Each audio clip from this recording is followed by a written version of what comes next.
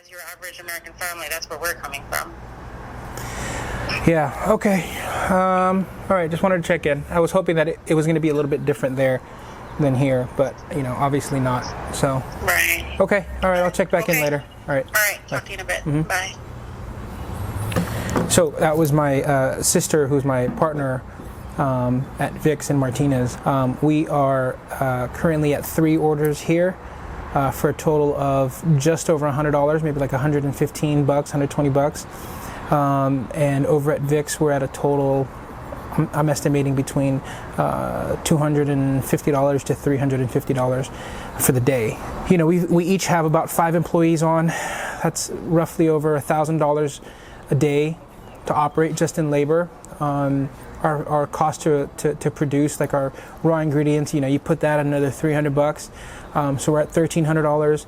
Insurance, PG&E and so on and so forth. We're looking at a $1,500 day in expenses, and we've made $150 so far. So, that's the reality.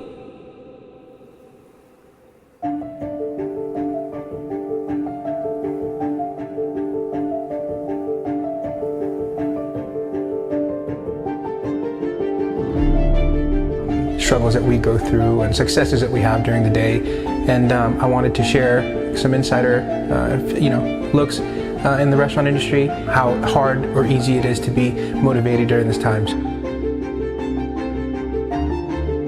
I think that the key to a healthy mental state is just constantly progressing bit by bit back to normalcy. So we're trying our best to do that.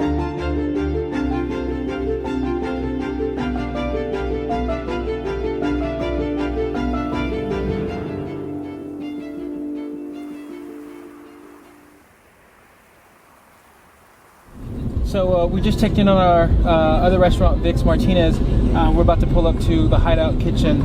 This was our first restaurant, opened up 5 years ago, March 15, 2015, and unexpectedly and sadly closed the day after our 5th year anniversary due to COVID.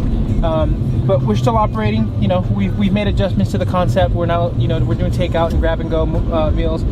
So when we get here, we got a lot of work to do. So we've got signs to hang up. Since it is our first week doing it, we've got orders to take. We've got menus to post. I'm going to check in with all the crew, make sure they're well supported, make sure we got everything we need. So we just got to the Hideout. It's a Saturday. This is kind of eerie because. Usually if you look around, the parking lot's empty. Usually on a Saturday, that's the busiest day of the week. One of the busiest days of the week. We're open, all the businesses in the building are open. This time of year, spring are typically the busiest times for most restaurants. For us in particular, because we have such a large patio. That's about 30% of our seating.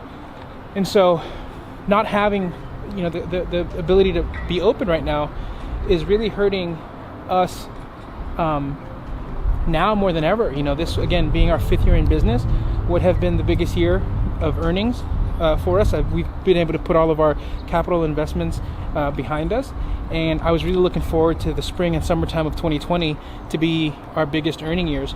It's really uncertain when we'll be able to get out of this and what status the economy will be in, but we know that we'll be here. We'll be here for business. We know that we're gonna be here for quite a while. Actually, a couple of weeks before we closed, before this got really bad, I had signed a 10-year lease, and for good reason. I really wanted to be here. I really appreciate the community. This is what we want to do. This is just not just a passion. This really puts food on a lot of people's tables.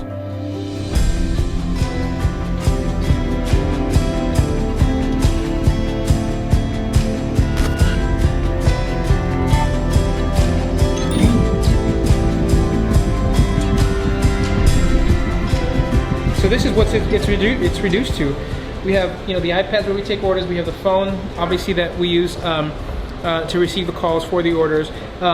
We have the French windows closed now, but once the food starts coming out of the kitchen, right around 5, we pack everything up on the counter, and then to comply with shelter in place and social distancing, we open up the windows and then have the guests grab their food as they arrive. So.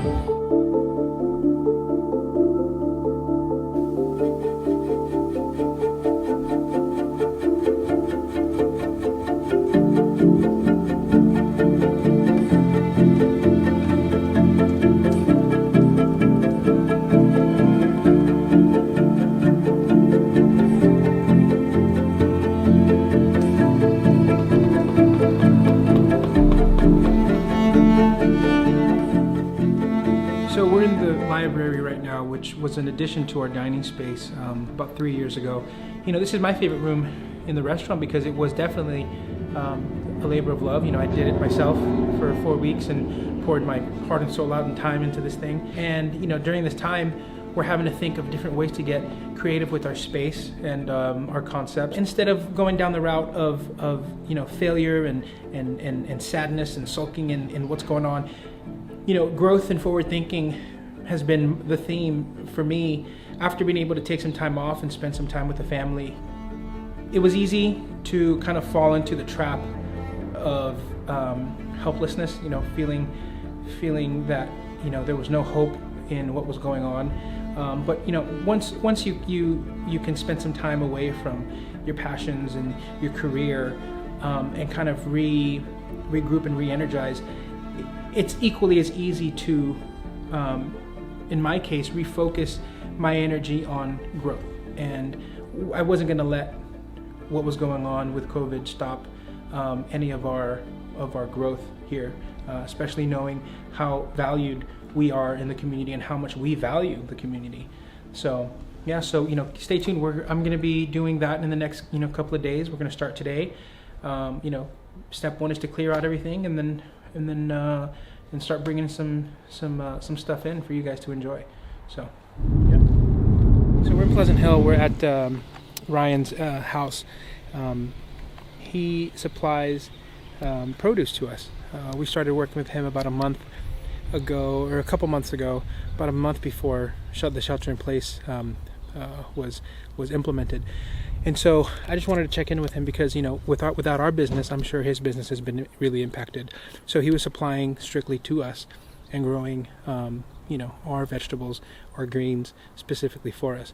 And so when we had to shut down, you know, he was one of the first calls that I made. So I just wanted to go and check in with him and see how he's doing and see if he's got any crop. Sure. How's it going? Just be able to pull them. I need to do a better job of staying in touch with you because not only do we need it for the restaurant now, like if you have anything ready, we can start taking it. We just started doing more like quick to perish kind of foods. Like we just added a salad back on the menu. Yesterday we sold 4 orders of our salad. Okay. But that's not too much, right? It's nothing. It's a pound and a half.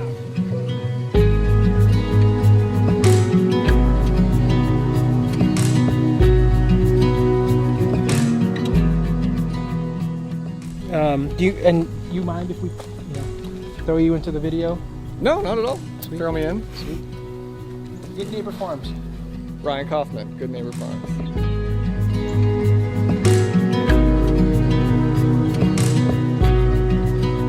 It's just it's tough. It's very hard. It's very hard to maintain a level of positivity that is required to be successful, you know, in this time. You know, where do you find it? You know, at this point, honestly, if I could go home and see my kids and just, you know, get some positivity from them because they have no idea what's going on.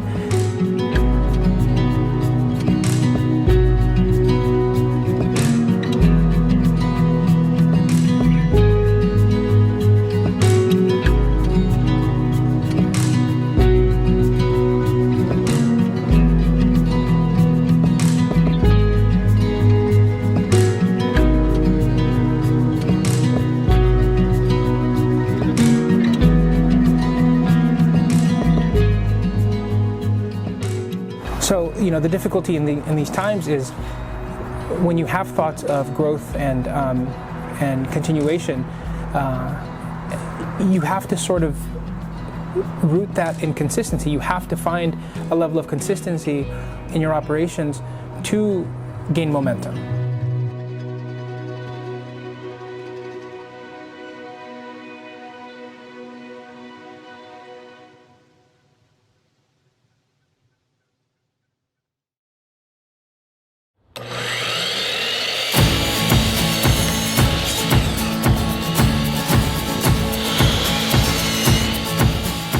Today is a big kind of renovation and organizational day. We've been seeing some progress with reopening businesses, and so for the last few weeks we've been trying to get ahead of that curve and make sure that we can reopen as soon as leadership says that we're able to.